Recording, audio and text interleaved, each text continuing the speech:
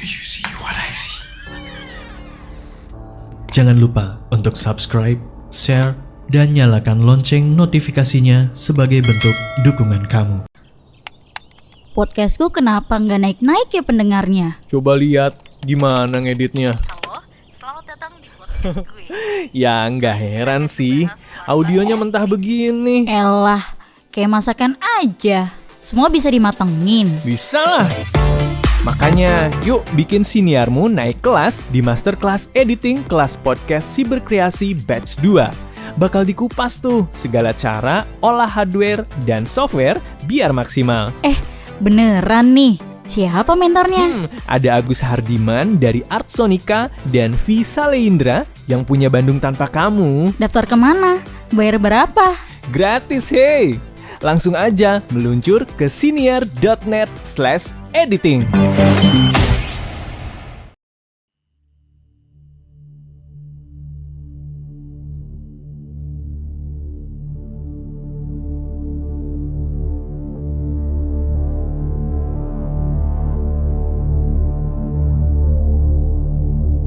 Kejadian ini terjadi sekitar 3 tahun yang lalu. Beberapa bulan sebelum pandemi. Saat itu saya dapat voucher menginap di sebuah hotel besar di Jakarta. Kami senang sekali, terlebih anak saya. Dia sudah memimpikan akan berenang di hotel itu. Akhirnya hari Sabtu kami check in di hotel itu. Gak ada apa-apa sih. Hotelnya besar dengan sebuah tempat tidur besar, kemudian kamar mandi dengan sebuah bathtub dan kaca besar menempel pada dinding wastafel.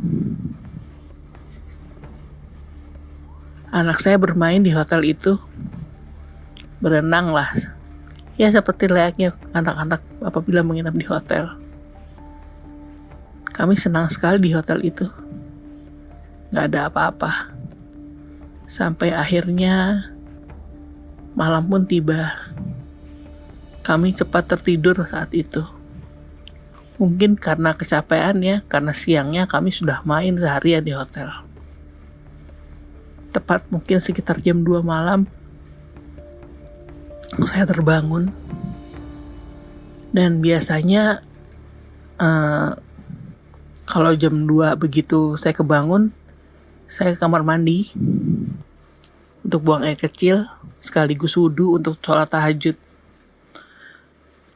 Saat itu seperti biasa saya wudhu dan saya mencuci muka menggunakan toilet. Dan saat itulah saya melihat sesosok perempuan berdiri di belakang saya. Perempuan berambut panjang dengan daster berwarna, anehnya warnanya coklat agak muda gitu, krem gitu sepertinya. Waktu itu kepikiran saya, mungkin ibu saya gitu. Karena biasanya ibu saya juga suka kebangun sih tengah malam. Tapi setelah beberapa detik kemudian, tiba-tiba saya sadar, loh bukankah ibu saya ada di rumah? Bukankah ibu saya tidak ikut? Saat itu saya mulai gemetar. Saya kembali melirik sosok itu, dan dia terlihat jelas lewat kaca di depan saya. Saya selesaikan wudhu saya, dan sepertinya perempuan itu mulai mendekati saya. Dia hanya menunduk. Kemudian saya tegakkan pandangan saya. Ternyata perempuan itu semakin mendekat ke belakang badan saya. Dan akhirnya begitu saya tegaskan pandangan saya, perempuan itu tiba-tiba menatap saya. Dan yang mengerikan adalah wajahnya. Wajahnya dipenuhi dengan sepertinya darah. Wajahnya penuh dengan darah. Saya kaget banget waktu itu dan saya berteriak. Lalu saya balik belakang dan ternyata tidak ada siapa-siapa di belakang saya. Saya kembali melihat kaca di belakang saya dan dia sudah hilang. Saya nggak tahu ya apa pandangan saya yang salah atau yang saya halusinasi. Tapi bila saya halusinasi, mengapa itu begitu jelas? Saya segera wudhu malam itu dan saya segera sholat tahajud. Esok paginya setelah sarapan dan beberes, kami pun pulang.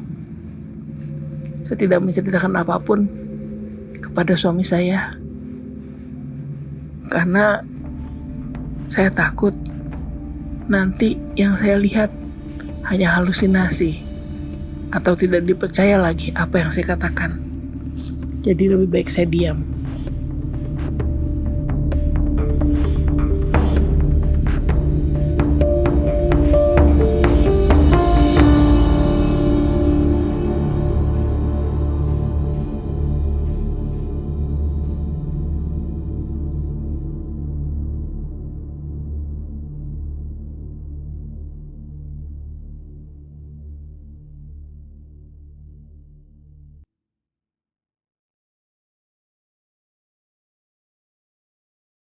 Kirim cerita kamu ke alamat berikut.